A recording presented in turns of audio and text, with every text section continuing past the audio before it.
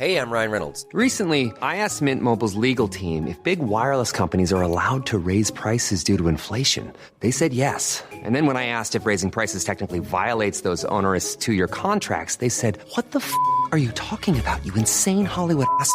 So to recap, we're cutting the price of Mint Unlimited from $30 a month to just $15 a month. Give it a try at mintmobile.com/switch. $45 upfront payment equivalent to $15 per month. New customers on first 3-month plan only. Taxes and fees extra. Speed slower above 40 gigabytes. See details. Getting engaged can be stressful. Getting the right ring won't be at BlueNile.com. The jewelers at BlueNile.com have sparkle down to a science with beautiful lab-grown diamonds worthy of your most brilliant moments. Their lab-grown diamonds are independently graded and guaranteed identical to natural diamonds and ready to ship to your door. Get $50 off your purchase of $500 or more with code LISTEN at BlueNile.com. That's BlueNile.com, code LISTEN for $50 off.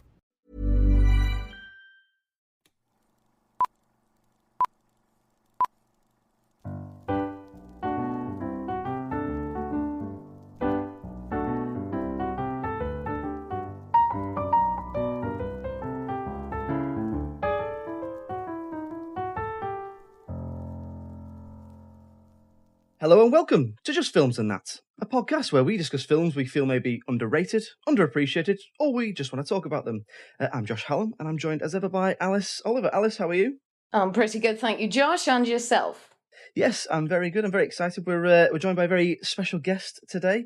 He's a comedian, he's a podcaster, he's a YouTuber, and he's an Arsenal fan. Jim Campbell, welcome to the show. Thanks very much for coming on.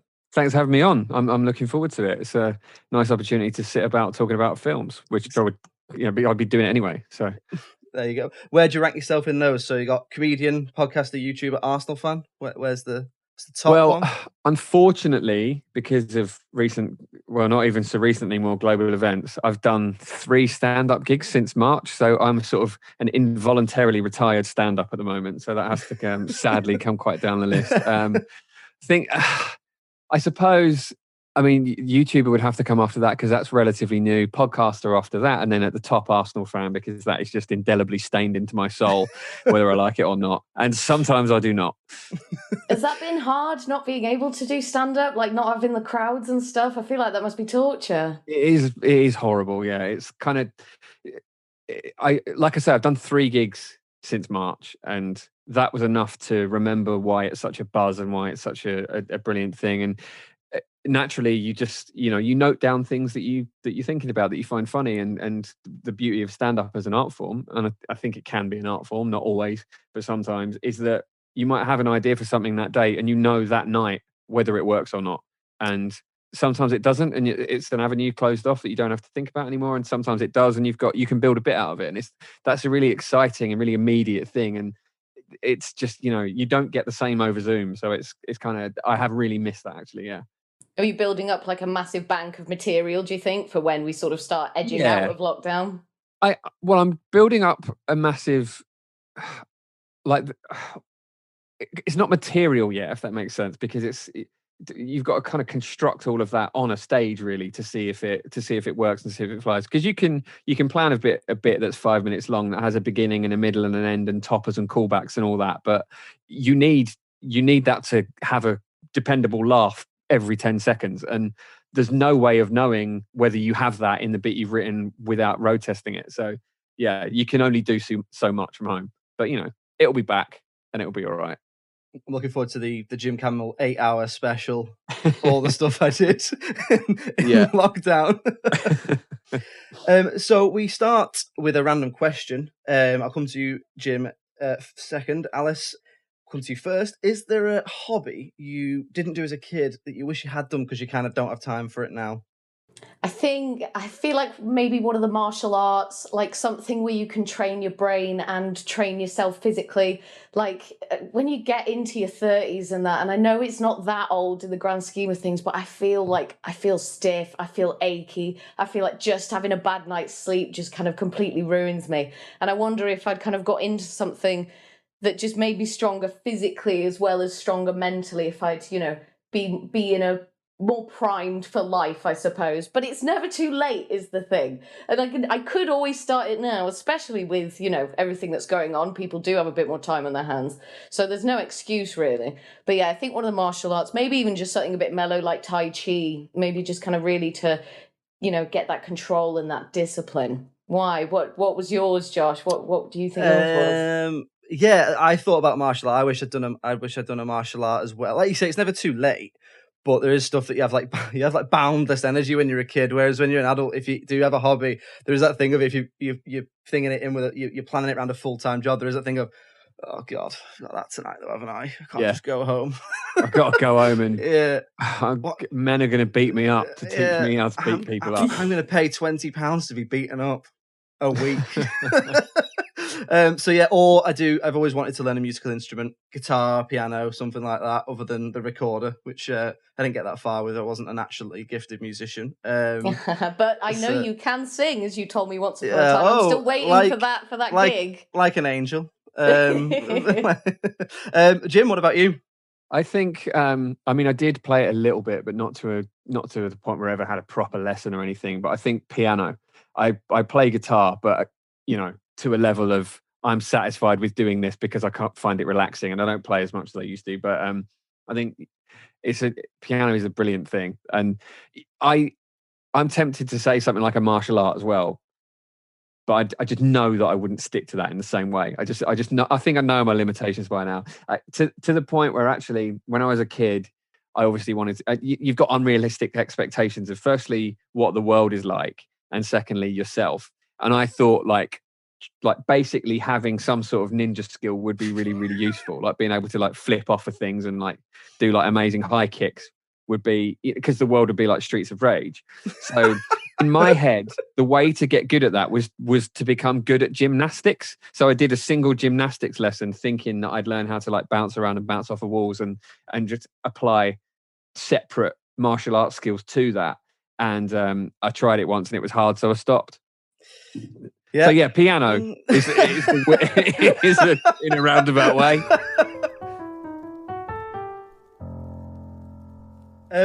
So we'll move on to talking about this week's film. Jim, you have picked this one. You've picked Perfume, the story of a murderer. So spoiler warning for that. I should just say we're probably going to just call it Perfume. Because that's quite a mouthful to call it that all the way through. So it's from 2006. So spoiler warning if you've not seen it. If you haven't seen it, it centers around a young man played by Ben Whishaw who plays Jean-Baptiste Grenouille, who's abandoned at birth. He's raised sort of in the Paris slums via hard labour and squalor.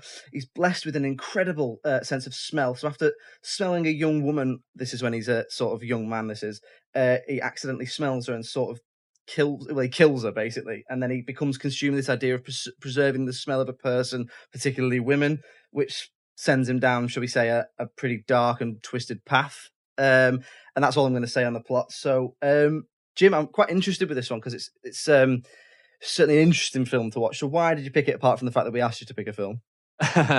Well, I think obviously it's not the most obscure movie out there. A lot of people listening to this will have seen it, so I do feel a little bit. I'm not sure if it entirely fits the brief, but I just feel like more people should have seen it. I think it's a really, really good movie, and I think what's really interesting about it as well is that it's a really good adaptation of a book that is very, very difficult to adapt, because it's from a novel about the sense of smell, which is a very, very difficult thing to do in a visual medium, obviously. And I think that they nailed it. They did such an incredible job of doing that. And I think what I love about it so much, and what the movie captured from the book as well, is that it reads as if it's hundreds of years old.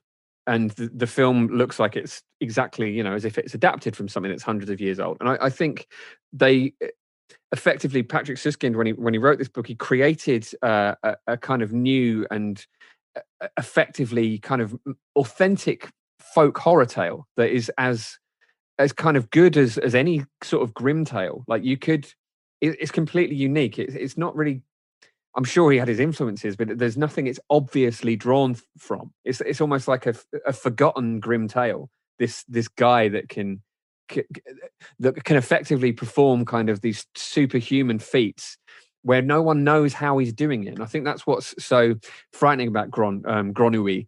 I'm going to pronounce that wrong many times over this podcast. So are we. Yeah, is that he can track his victims and effectively steal their essence in a way, not just where he has this huge advantage over them, but that where they would never even think to begin to understand how he's doing it. And that powerlessness is what I find makes him such a sort of frightening character. Have you read the book then? I'm guessing you have. I have read the book, yeah. Is it a lot different or? No, it's a very, very faithful adaptation. Obviously, there are certain bits that have had to have been cut out for brevity, but generally speaking, it's really high up there with faithful adaptations. I always think the ultimate kind of faithful adaptation is probably Fear and Loathing in Las Vegas, which is almost like word for word the same in a way that's actually quite astounding, really. But this is kind of up there from my memory, at least. Obviously, I read the book a fair while ago, but yeah, again, cannot recommend both enough. And I'm just kind of, like I said, I'm surprised it isn't better known, because I suppose it's a thriller in a way, and it's strange in that it's from the perspective of the murderer, but they resist the idea of making him into a sort of anti-hero. You are fully aware of how horrible he is the whole way through it. Yeah, I know what you mean. It's a really, like you say, he's got this amazing. He's almost like this silent apex predator type who is equally menacing and powerful, but also vulnerable and quite. He's not a big, muscly guy. You don't get the impression he's this huge hulk of a man, but at the same time, it's not about that. It's about the ability he has. And it's interesting you talk about the book. So I haven't read the book, but I sort of obviously read about the book in preparation for this. And it struck me as a bit of like an American Psycho level, unenviable task of adapting this into a film.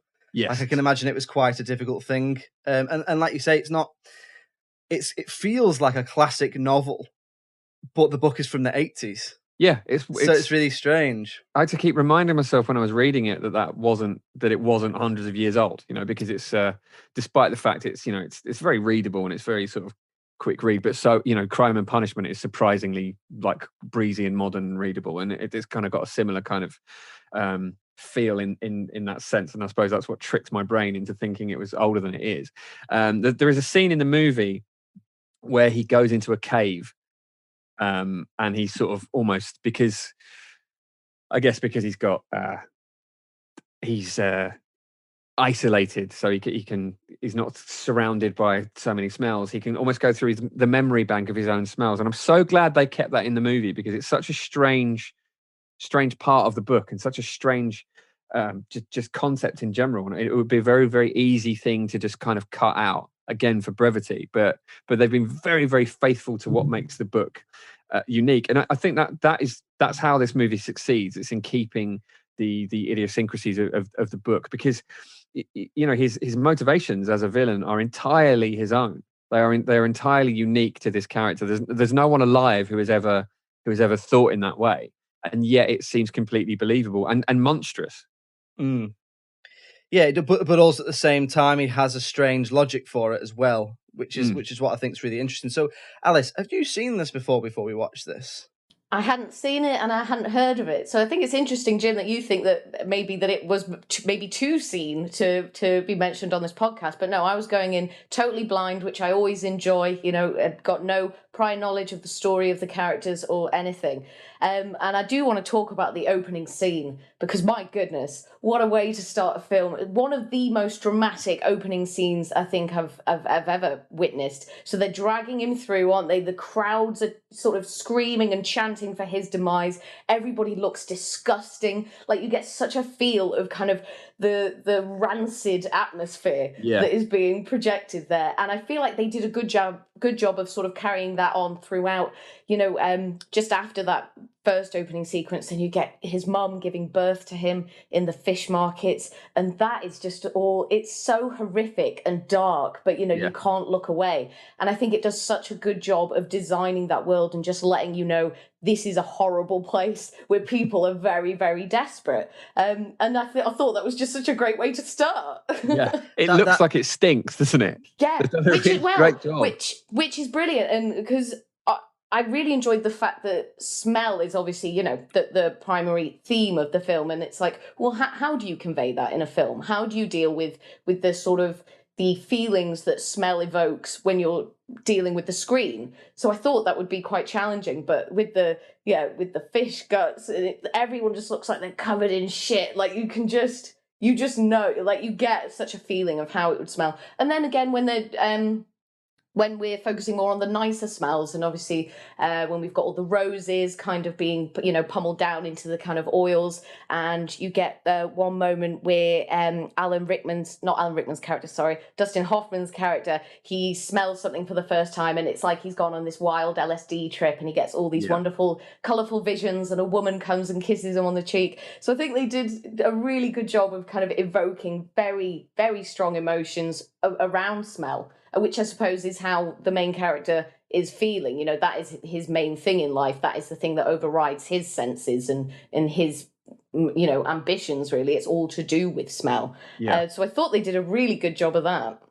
I think, sorry, in that opening sequence as well, there's a bit where he's a baby and he's in the children's home, and he grabs one of the children's fingers, and his nose sort of searches it out and starts just smelling this kid's scent. And it's straight away, it's unnerving, isn't it? Because it's smell, it's one of the senses, but putting that front and center, there's something of the sort of emotional uncanny valley about it, where it just, something seems off about it and something's frightening about it. Just on that scene as well, in the orphanage, I think one of the darkest things I've ever seen is orphaned kids trying to suffocate an orphaned baby. I was like, what? Like, we did Butterfly Effect on it a few weeks ago, and I thought that was dark. It was like, that's pretty level. Yeah, we have had a succession of comedians picking dark films. So yeah, but no, you're right.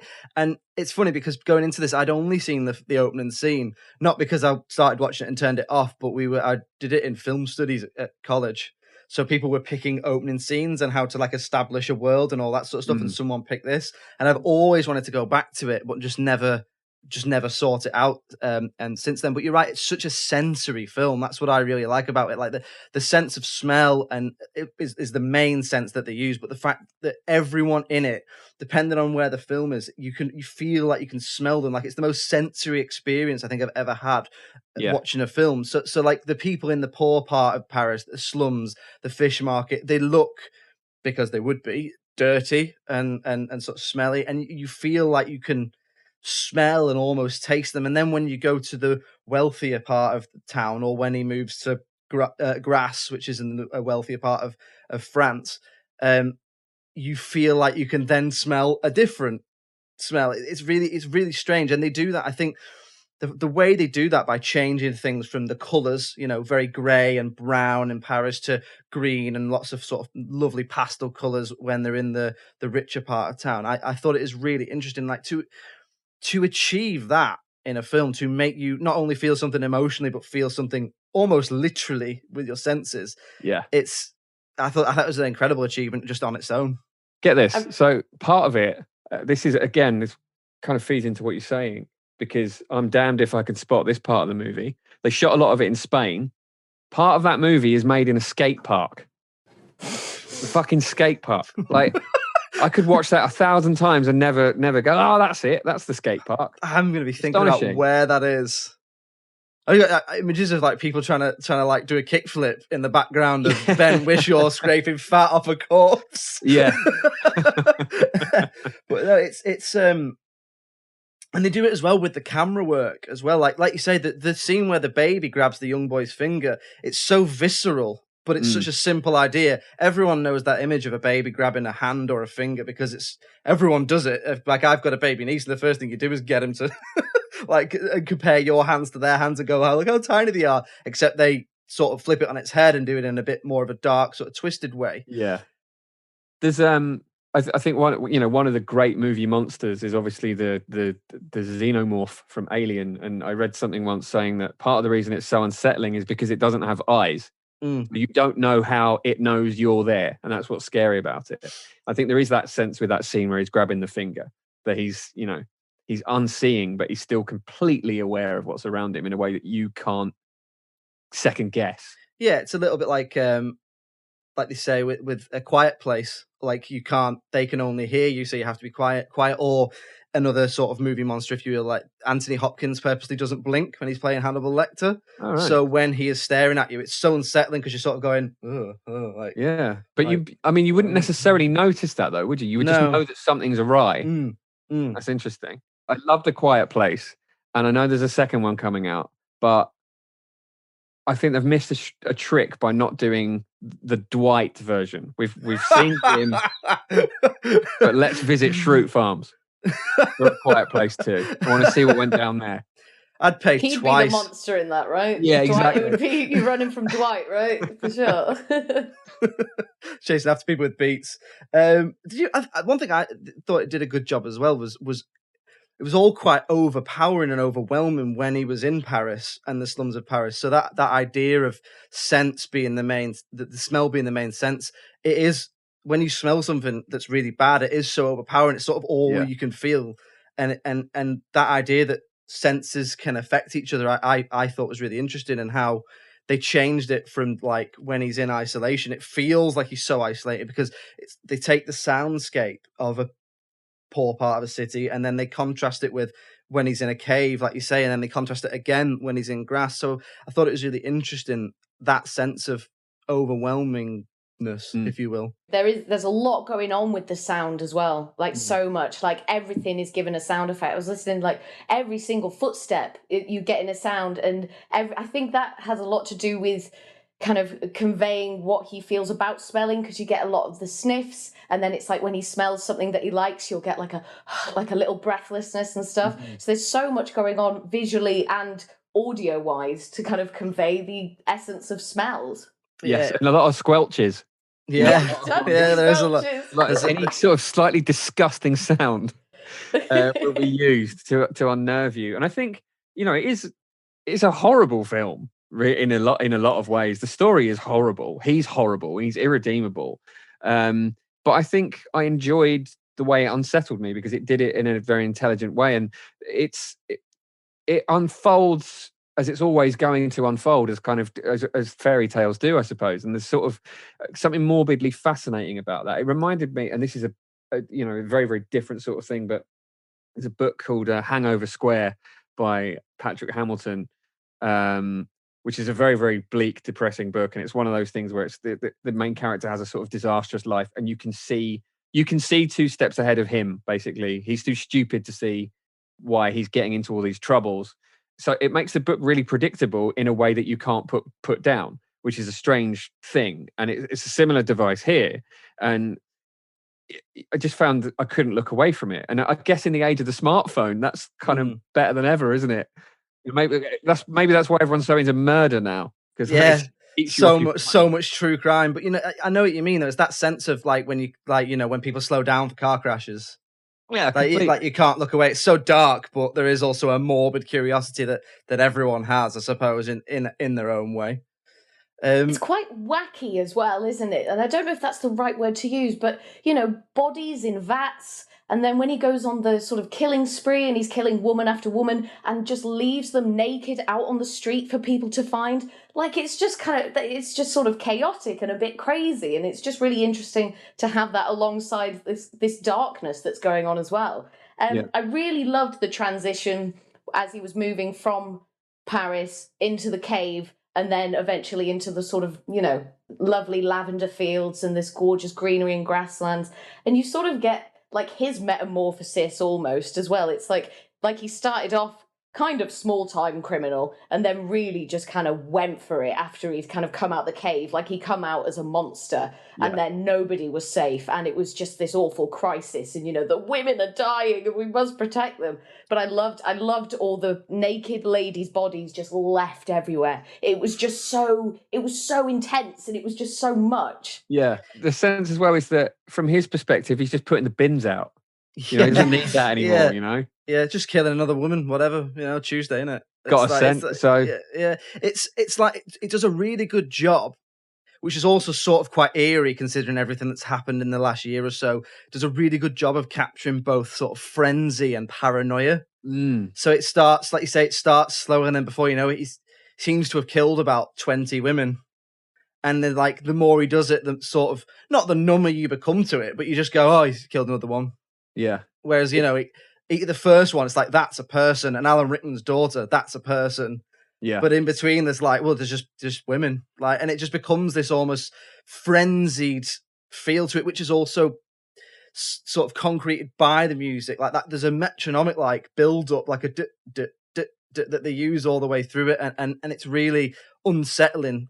But also when he's happy, the music's really quiet, a lot quieter as well. It's a lot more sort of strings and uplifting. Obviously, he's not that happy throughout the film, but you really notice it when they start trying to build tension. Yeah, absolutely. And I think that the building of tension works throughout the movie. It's very, very well paced and well scripted, because I think part of exactly what you're talking about, whereby you almost become numb to the scale of what he's doing by the end, is because effectively, you know, everyone he meets after he leaves them has a horrible time, because you just know wherever he is, chaos follows and misfortune follows, and he's like a walking curse. So the film builds into the crescendo of him just, you know, he's got more of a purpose now. He's got people around him. Of course, that those people are going to suffer. And it's funny, isn't it? Why is that so gripping? Why is it so? It's awful. It is. I just think it's a morbid curiosity everybody has. It's like you say, people, it's like they can't look away from bad stuff happening. And I suppose there's much more bad news in the world, certainly at the moment, than good. But you still read it.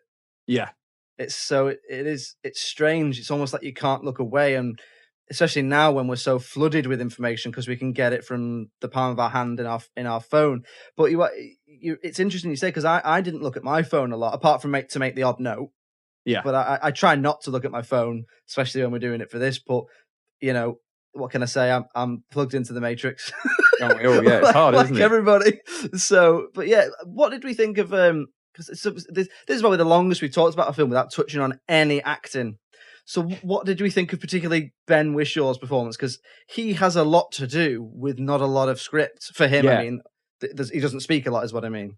And that was one of the challenges, obviously, for the filmmakers. And I know I forget the names of the people involved, which is shocking, really. But one of the people that was originally attached to it had an unusual narrative style that they tried to use to get around that. It was decided that it didn't quite work for that. And that style was eventually what became the Diving Bell and the Butterfly. So a lot of people tried very hard to get around this issue of a non-communicative protagonist, I suppose, / antagonist. But I think that they did it well, and I don't know how to explain how they did it. They've hidden it almost. It's a lot of sort of. It's almost like a mime, isn't it? It's like It's a lot of posture and face and looking. Obviously, the camera does a lot of work, but I mean, Ben Whishaw is a terrific actor, and he's one of these people who seems to be able to do whatever he wants. You know, he's in James Bond, and then he's in this, and I'm Not There, and David Copperfield, and all that sort of thing. So it's interesting because the director, I think it's Tom Tykwer. I only know he did Run Lola Run. He's done this, and I think he did some of Cloud Atlas. I know he's done other stuff, but none of that comes to mind. So it's interesting you say that went on to become another film. It's interesting how films are so collaborative that they take little pieces of ideas and put them together. But what did you think of Ben Wishaw's performance, Atlas? Oh yeah, fabulous, brilliant. I mean, I didn't like him at all. Exactly. And that's what you want, right? I did find I find that a bit tricky sometimes when you don't like I didn't really like any of the characters. Like I wasn't rooting for anyone. You didn't feel like you were on anyone's team. And sometimes with that, you feel like you're not super connected to the film, and maybe you're not quite as engaged. But obviously, you're not meant to like him, and that's a good thing. Brilliant. I really want to talk about the ending, because the ending it just made me retroactively see the film in a completely different light. Like I wasn't expecting it at all. I was just thinking, oh, he's going to get strung up. They're going to murder him, and the end. So for it to end like that, I was just really surprised, and I can't remember the last time I was really surprised by a film. But I just did not see that coming at all. Yeah, it is a bit of a curveball. Visually, it's incredible. There are 750 people involved in that scene, apparently. Just really, really out of nowhere. And it is, as you say, you think it's going to go one way. The movie directs you in this way the entire way through it. You get this huge curveball. You think, no, surely he's going to be made to pay for everything he's done. And then on top of that, there's another curveball right at the end where he's sort of the master of his own, I suppose, comeuppance. Yeah, he's completely in control of everything. They sort of turn him from a poor street urchin into almost a god in the space of 2.5 hours. Because, like you say, when the sort of, shall we say, the twist happens, it's about 2 hours in, and it's 2.5 hours, and you're sort of going, well, this can't be. Like, is there loads of credits? And then that happens, and and then that just sort of brings a really strange element to the way it finishes. Good as well, but unexpected, I suppose. Yeah. So I think I remember in the book that seeming less of a shock, purely because I think that's more to do with the differences in form between a movie and a novel. But as people coming to it not knowing what happened, did that? Because I wonder if there's a danger of that breaking your suspension of disbelief. Did it seem too much, or did it, or I guess, did you enjoy where the story went at that point? For me, it made me appreciate the film more because it was such a surprise, and you get to a point where you feel like you just aren't surprised that often anymore. It's like even in the films that do have a twist, it's kind of everything's still in keeping with it, and you're like, oh yeah, there were clues that this was going to happen all the way along. And I just didn't see it coming at all, and it just made me reevaluate the whole film. Makes you reconsider the genre as well, which I thought was interesting. And it just reminded me a little bit, some of the scenes, especially because of the amount of bodies that were there, I think, as well. Reminded me a bit of Mother. Have you seen that with Jennifer Lawrence? Kind of towards the end. Oh, okay. But it's just, it's all, it's all a bit much, and there's loads of people, and it's quite frenzied, and it's just a bit crazy. And I just really appreciated that, I think, because I wasn't really sure if I liked the film. Like, as it was going on, I was like, am I enjoying this? Like, who is this for? Like, do I like these characters? Like, and I would just kind of, I guess I didn't really connect with it. And then that happened, and I was like, oh, cool, nice, surprise, Yeah. It's like that fairy tale you were talking about, Jim. It's like the fairy tale element, except it's for, well, shall we say, grown-ups? Yes. I did like it. It's always difficult because I liked the really surreal and fantastical element of it. It was sort of like, I like a film that makes you feel something, that sort of makes you go, what? Like in that, a bit like a few months ago we did Lost Highway, and if you've not seen that, literally halfway through, it just completely changes to almost a different film. Yeah. And so I like that. It's difficult to criticize any elements of plot in a film that's such a faithful adaptation, because you can't say anything, because it's like being like, well, Snape had never killed Dumbledore, would he? And then it's like, well, he does in the book, so that's why they've done it in the film. So yeah, spoilers for Harry Potter if you've not seen that. But I did enjoy it, because I think what I like about it is then they go on after the big scene to almost a coda, which is the scene you're talking about, where he takes control of his own destiny. And that I found really interesting. That it moves from fairy tale into Greek tragedy, that sort of Oedipus type, well, it was never going to work, so here we go. Yeah, kind of, it circles back in on itself. And it's yeah, there is. I guess that's where that sense of inevitability is satisfied, really, isn't it? In that final scene. So we'll move on, I suppose, to things we kind of didn't like about the film. I'll come to you first, Alice. Was there anything that you particularly didn't like about the film?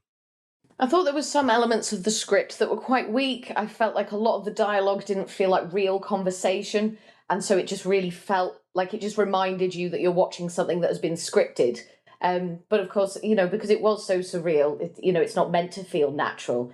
I don't understand why Dustin Hoffman was doing an accent and nobody else was. Yes. I thought that was a bit odd. Everyone else was a Cockney living in France, and then he came out with this like Italian accent. I was like, oh, that's a bit weird, and it wasn't the best Italian accent either. So I found that a little bit distracting. The moment where he commits his first murder with the girl that he's following around the alleyways, I wasn't really sure how to feel about that. Like it felt like he just put his hand on her mouth for 30 seconds and then she was dead, and I was like, huh. And I just sort of I didn't really buy it, I suppose.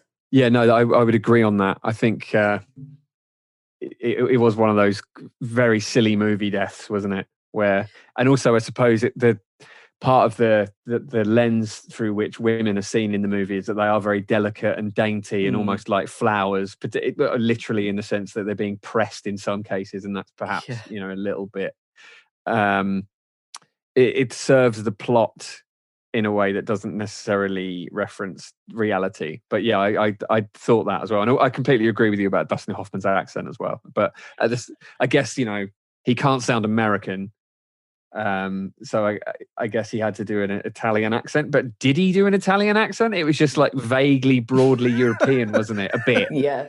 I'm not too sure what it was. And I suppose what you say there about the women being like dainty little flowers, and I suppose it was a way for him to kill her without leaving a mark. Like he didn't, it wasn't a throat slitting and there was blood everywhere. He didn't strangle her or beat her to death or anything. It was just this very sort of this delicate little hand on the mouth, and then she's dead. Yeah, but I think isn't the idea that he's accidentally smothered her? I think so. I thought that. I'm sure there's a lot of ways to kill people, but an accidental smothering does seem an unlikely occurrence to me. I don't know. Unless it's that film trope where apparently if you just sort of move someone's chin to one side, you break their neck, which is what they do in a lot of action films. Yeah. Or you shoot someone once from a distance and they fall over and are immediately stone dead. But I know. Would you say there was an element, particularly for yourself, Alice, of there's an element of the male gaze through the film a little bit? Because that's something I kind of noticed, and I watched this with my other half, and she did mention that a little bit, again, trying not to spoil the ending. But the big scene that we're discussing, she sort of said, well, basically she was like, there's a lot of tits there, but where there's no blokes kissing, but there's a lot of women kissing. So if it's meant to be this mad, frenzied, everyone sort of just loses it, why is it only what I suppose a heterosexual man would want to see? And I think that's an interesting point. It's just sort of standard, really, isn't it? But it didn't feel any more male gazing than like most other films. No, any Bond film. Yeah, well, exactly. And because his main thing is the scent, it's not really the look of them. Even though there were sort of moments where he seems to be, quite sort of turned on by what he's smelling. So I didn't really feel it that much. And because he's quite not gross, but I guess he is, like, he isn't the hero. So it's like you're not thinking that, oh yeah, this is how men of the world are supposed to see women and treat women or whatever. It's like he's just a bad guy and you don't like him. So I didn't really feel like it didn't bother me. Not as much as some other films, for sure. Was it? What about you, Jim? Is there anything you sort of, apart from what we've already touched on, anything you're like, I'm not sure about that, or I'd change this? Yeah, I think we have largely covered it. I think this is a very absolutely crucial and fair point about the scene that we're trying not to describe. I think that's absolutely fair criticism of it, and the male gaze is obvious and present throughout, isn't it? And also, I think a lot of, and I don't know whether Patrick Suskind was deliberately doing this because it would have been how the world would have been at the time, or whether it's an oversight of himself. A lot of the way that women are protected in the movie is almost as if they are relevant in relation to the men in their lives, effectively. Yeah. Rather than being, independent people who are very invested in not being murdered themselves, which I would imagine they would be. So I think that is perhaps a problem. But yeah, other than that, I think we've covered the flaws that I can think. Maybe a little bit long, but I think it's possibly justified if you're adapting something so faithfully. I agree with you there on both counts. I do think it's sort of understandable if you're adapting something, especially if you really want to get the essence of the book right, because you don't want to miss anything out. If you look at, again, and this is just the first one that comes to mind, but there's a reason why a lot of people say Goblet of Fire is the weakest Harry Potter film, because it comes from one of the strongest books where they cut loads and loads out, because it's such a huge book. It would be 2 films like the last one are, except you can't really be like 1, 2, 3 and then 2 4s and then a 5. It's a bit strange. So, but for me, it's not necessarily the length. It's more I think there's a little bit of odd pacing. I think it starts really well, gets you into the world, and then I don't know when, maybe about an hour just before he starts the frenzied sort of killings, it drops a little bit. And what I noticed was there's a lot of narration, which is brilliant, by the way. John Hurt just has this fantastic silken voice. Then that disappears for a little bit, and then it comes back. And I think there's just an element of, perhaps because that's been in it and so present, you lose a little bit of your grip on the film. But maybe that's supposed to be on purpose because he's losing his grip. I'm not sure. But there was, some sort of pacing issues for me a little bit, but nothing. It didn't ruin the film. It was just like something I noticed. The other thing was, it's really interesting that we've talked a lot about how you're supposed to feel about Grenouille, because for me, you've both been very like, he's horrible, he's this and he's that. And I was sort of at points like, I'm not 100% sure how I'm supposed to feel about him. And that's not that I think it's all right to kill women, but I didn't know if in a way you were supposed to feel sorry for him as if he just didn't know any better. Yeah, I think, is there an element that because he is entirely motivated by scent and capturing scent, that there's a sort of sad loneliness to him? Yeah, there's a vulnerability. There's no one else on earth like him. There's no one else on earth who has the same drives and motivations of him. So I don't know if you're not supposed to like him, are you? But I think you're supposed to understand the tragedy of him and perhaps, recognize the tragedy of him. Yeah, and it is indeed tragic as well, isn't it? Like his start in life is just awful, and for the first 18, 20 years, everything is just awful for him. And he's a tragedy not just for himself but for everyone he meets. One thing I did notice that you just reminded me of then. So when Alan Rickman sort of gets wind that he wants to kill his daughter, so he sort of takes her away, and they're off they ride the horses like to the next town over, and he's sort of trying to hide her away. And he locks her away in this room, but then just leaves her. Yeah. And I was like, you'd either hire a bodyguard, because he's like some sort of like wealthy like aristocrat or something, isn't he? So it's like, so he's probably got enough cash. Hire a few bodyguards or stay in that room with her. But he just left her in there, and I was like, oh well, of course she's gonna get killed now. Yeah, it's not that weird to sleep in the room with your daughter if she's possibly being hunted by a maniac. Exactly. Yeah. Just so unbelievable. That's the most unbelievable part. Not the super nose, not the fact that he seems to be able to run fast enough to catch up with a horse at one point. Yeah. What I was interested to know, what did you sort of think for yourself, Jim? Did you think is there a message from the film, or is it just sort of there to entertain? That's I've been thinking a lot about that, because it is. It makes it very clear that you shouldn't go around trying to capture the essence of women, resulting in their death. But it's hard. It's a film with an unusual kind of lack of a message. I think it really does lean into the kind of the fairy tale, grim tale idea of it, and I think actually that's what's quite unique about it, in that it is just an unfolding tragedy, an unfolding sad tale of horror, really, a sort of as a kind of said earlier on, it is like a folk tale, really, a folk horror tale.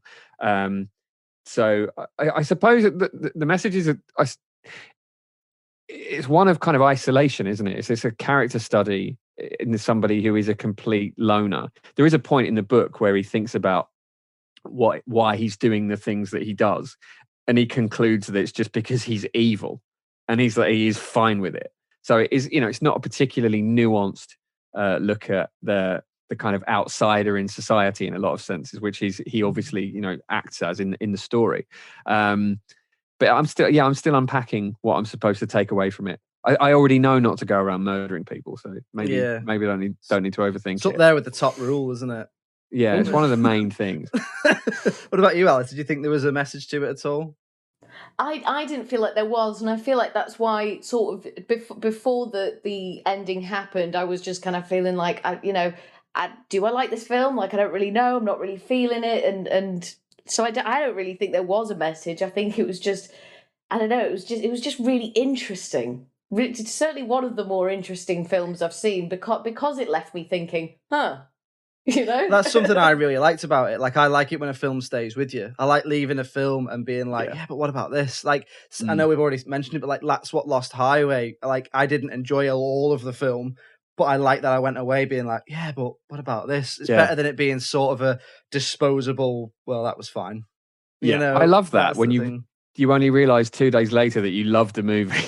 Yeah, it stays with you. You can't stop thinking, like, lying in bed being like, yeah, but how many women did he kill? Like, what did it smell like? Where did you first sort of watch this, Jim? Did you go to the cinema to watch it, or no? I watched it. It was on my Amazon list for ages, and then it popped up as being available for free. So I was like, right, get on that. Because I think a lot of people have the movie in that position of like meaning to get around to watching it. Yeah. And that was certainly where it was for me. And so, yeah, I if you've been considering it, then I hope we swayed you one way or another. But yeah, what genre would you say it is? Okay, it's a sort of historical thriller. I think there is an argument that adaptations are a genre of their own, because a lot of movies that are quite hard to categorize are exactly hard to categorize because they've been adapted from a different format. But yeah, I think is it a thriller? I suppose it's weird because it is. It's called Perfume, as the story of a murderer. So, which is a spoiler, I guess, isn't it? So it is. It's almost. I think, in a sense, if you like the movie Seven, you will feel completely at home watching this, even though there couldn't be more different. I suppose it's unusual that it's told like exclusively from his perspective as well. Perhaps exclusively. I guess you see quite a bit of Alan Rickman's character's motivation as well. Yeah, I guess historical thriller. It reminded me a little bit of Sweeney Todd at times without the music. It's the sort of period of time as well where everyone's sort of got makeup and wigs on, except they're all dirty and grimy. So yeah, it's a bit like you could say the same thing for certain, in no way in terms of the quality, but certain elements of like Pirates of the Caribbean. Like when like that, everyone's got the curly wigs on and they've got the sort of how you think of the King Louis makeup and the sort of shoes and everything. Because the actual Grenouille doesn't actually get that until the end. He sort of wears scruffy rags all the way through, and at the end, they kind of make him look a little bit like Buttons from pantomime. Yeah, but but I think they do that on purpose because that's when he emerges as this sort of a angel, this god, this Leviathan, whatever you want to call it, and that's why it's so contrasting when he's dressed like that. It's the culmination of his power, I suppose. Isn't it? Or sort of his manifestation of it. It's him being Superman flying for the first time, except he's killed 20 women. Yeah.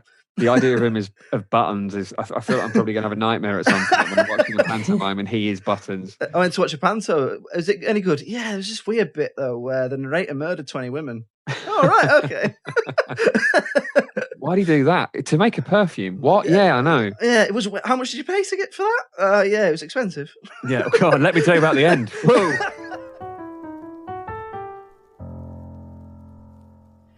One of the questions I always think about, especially when we have guests on, and I don't think I've ever actually asked it before, but I always write it before we even watch the film. It just says pitch a sequel. Now, I'm not sure you God. could do a Perfume 2. Uh, I mean, they did try an American Psycho 2. They did, yeah. I I've think never- you could argue that. I suppose you've got to go for a different sense, haven't you? Could you Yeah. argue that the Ben Affleck Daredevil is a Someone who sequel? is obsessed with taste and making like the perfect omelette or something? Yeah, yeah. I guess Soylent Green, I suppose. The question I was interested to know. So I haven't actually mentioned this so far, but we've got 2 Arsenal fans here. Alice is an Arsenal fan. You're an Arsenal fan, hence the sadness in your eyes. Which Arsenal player smells the best, do you think? You can choose anyone from history. No, anyone. Oh, probably. I always thought Mark Overmars probably smelt nice, and Freddie Lundberg as well. Actually, he looks like he takes care of himself. I was going to say Robert Pires, but I think Freddie Lundberg surely smells amazing. Imagine Patrick Vieira. Imagine what that dressing room smelt like in the Invincible season. Yeah. It must have been you got Martin Keown in there as well. That's true, yeah. It could have been like the end of the film if it smelled anything like the form in that season. I imagine that's just what Freddie Lundberg's life is like. Just probably a curse at this point. Just tired all the time. Yeah, just exhausted.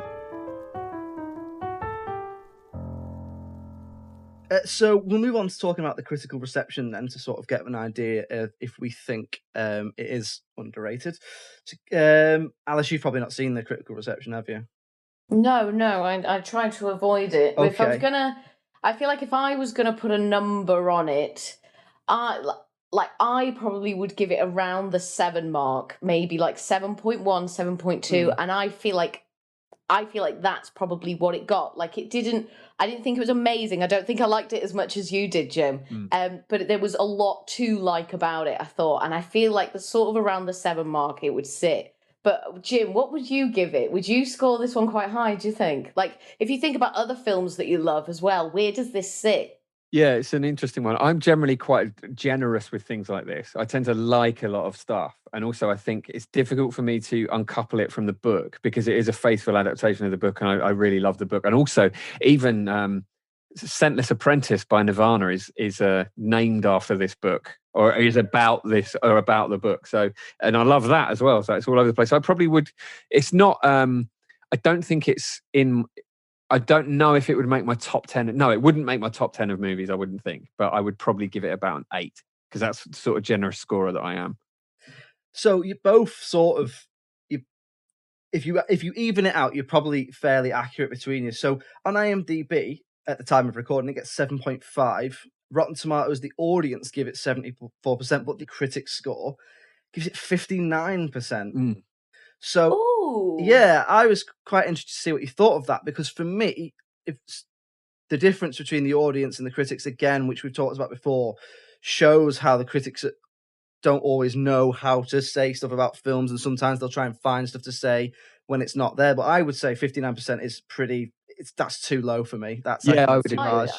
I would say that's a little bit harsh. What were some of their criticisms? Do you know? Well, so I got it, and it's like we've said before. It's just they're either trying to get a pun in, or they've thought of the title and then they've thought, well, I'll just reverse engineer the title into what I'm saying.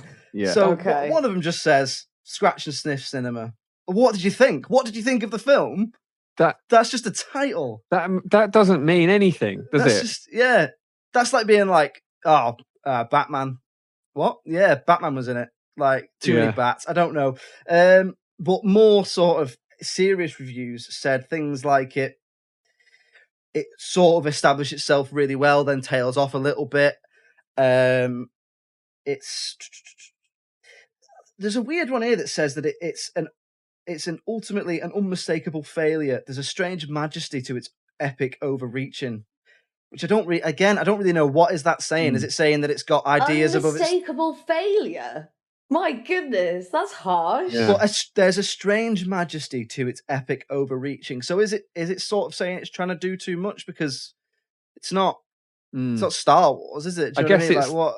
If you don't buy into the concept or the premise, then it's probably, and if it's for whatever reason not for you, then I can imagine it probably isn't the best watch. But I think they did a good job of of suspending that disbelief. I always, whenever I read a review of anything, I have to wonder about the state of mind of the person who wrote it at the time, because it does make a difference to your enjoyment of it. So I watched 12 Years a Slave hungover.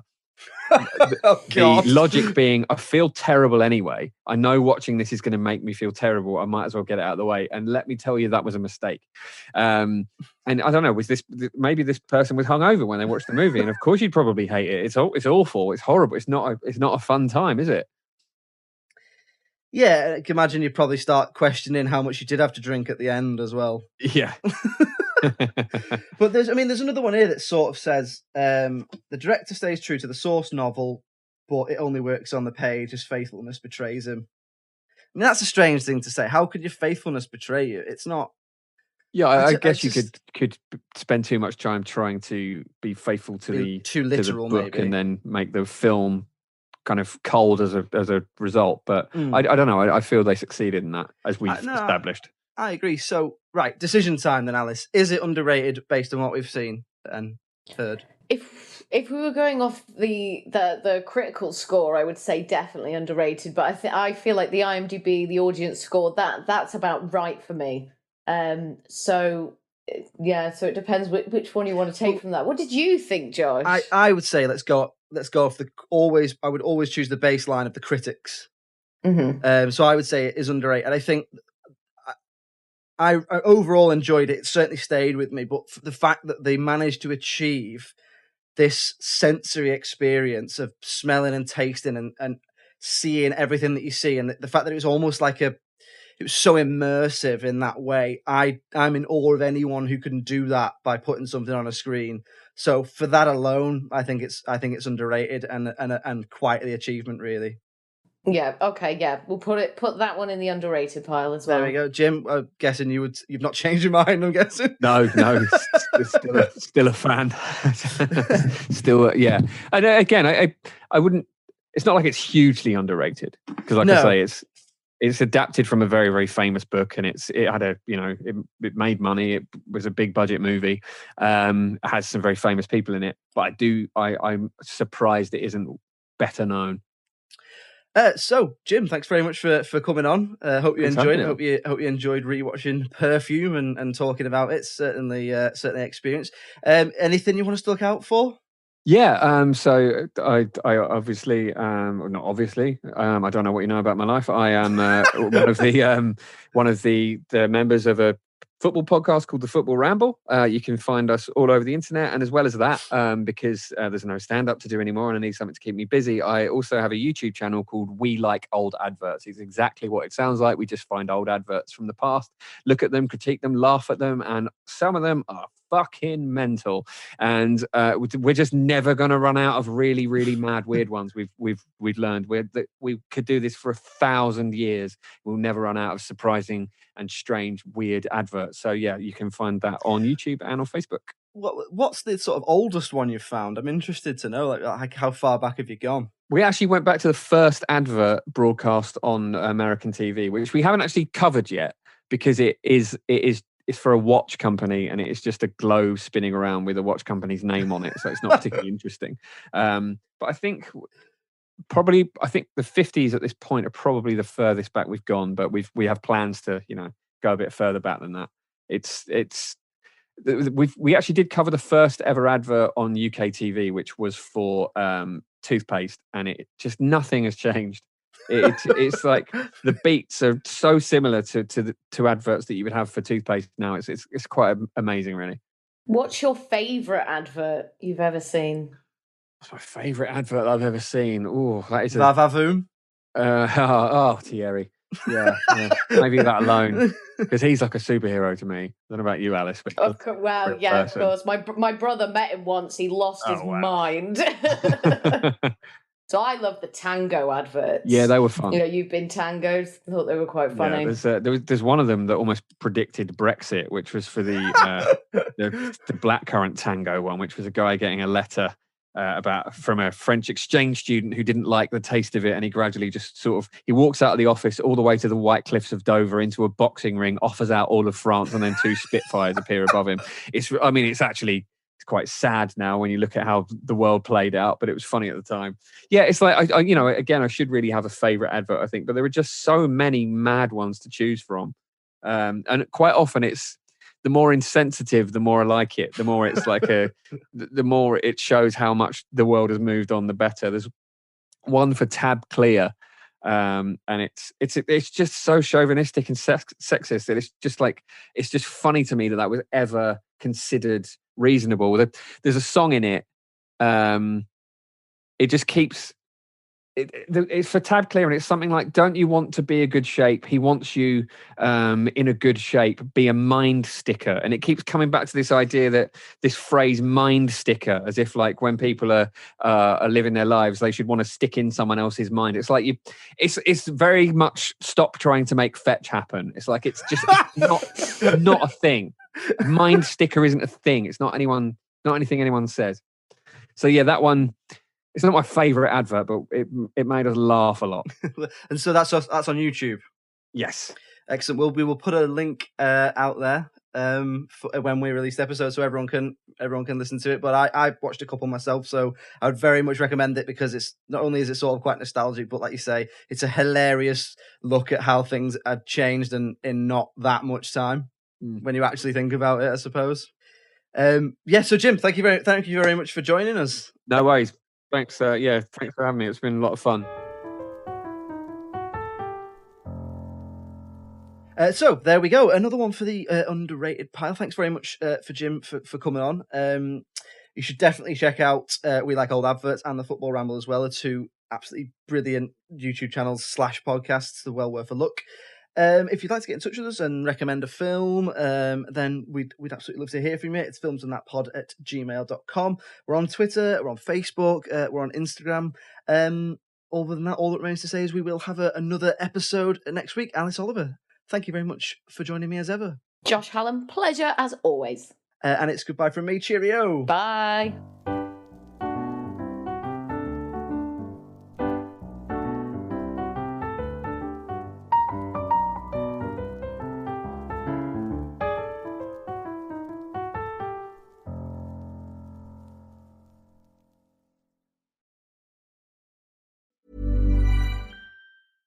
There's one thing that will forever change the way you sleep, and it's the softest 100% organic cotton bedding from Boll & Branch. You'll fall asleep faster wrapped in the most luxurious comfort. You'll never sleep hot again with airy blankets, cloud-like duvets, and breathable sheets.